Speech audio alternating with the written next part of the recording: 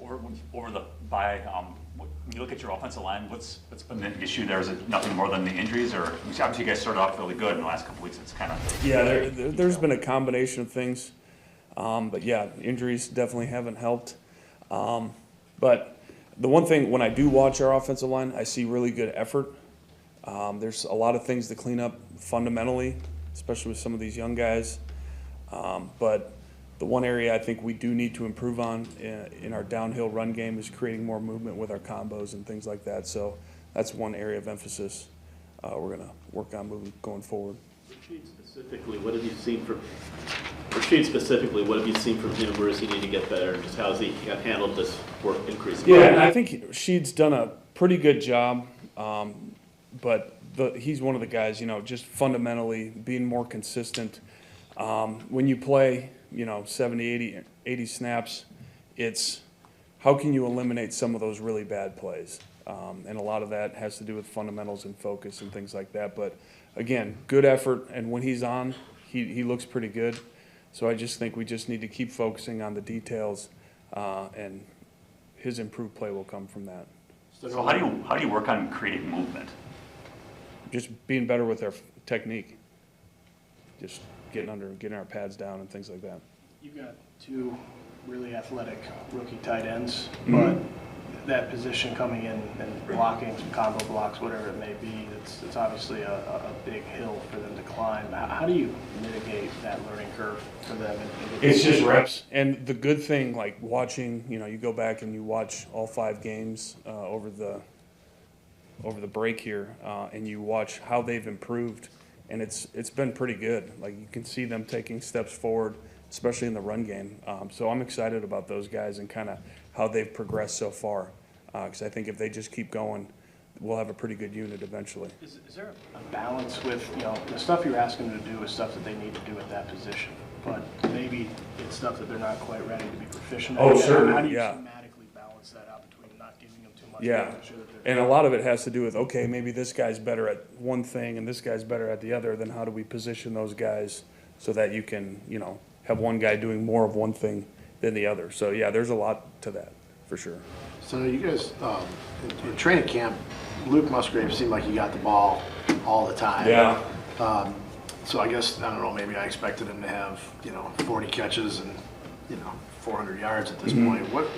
How, the carryover from training camp to this, what happened, or what's the difference? 40 catches in 5 games in 4 I know, I'm exaggerating. That'd be pretty awesome. I'm exaggerating.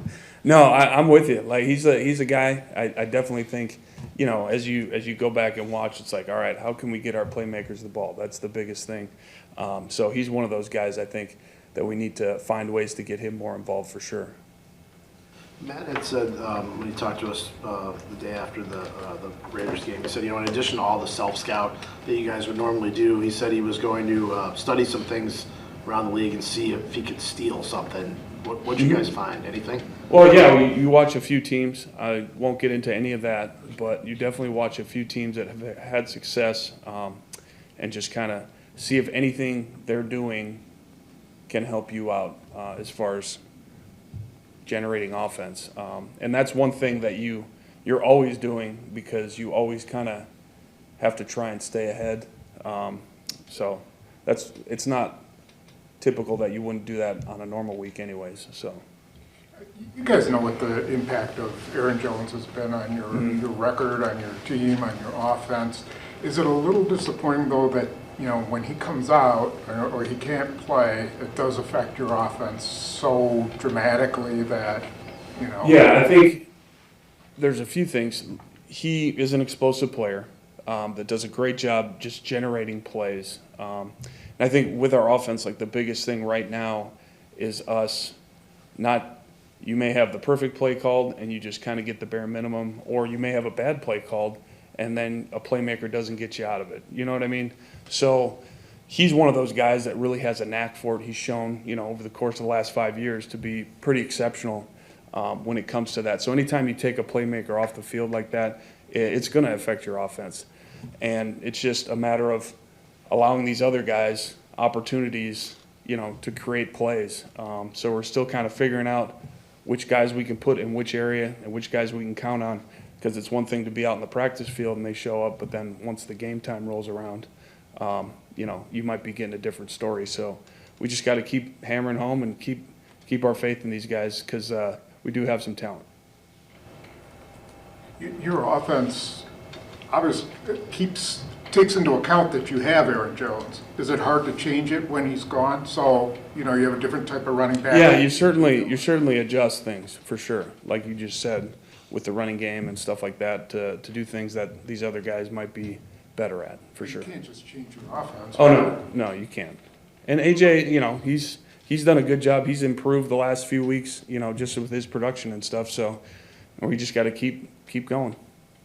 So, you don't need or want me to make excuses for your offense, I get that. But this offense is vastly different with Aaron Jones versus without it, is it not? Like, you got 9 guys that are 3 rookie tight ends, 3 rookie wide receivers, 3 second-year wide receivers. Yeah. He's the one guy that's a big commodity. Right. How different is your offense when you have him available versus when you don't? Yeah, it certainly, like I just said, just adds a guy that you can rely on. Hey, if we get this guy the ball 12 to 15 times a game, some really good things are going to happen. There's no doubt about it. So, it is what it is, though. You can't.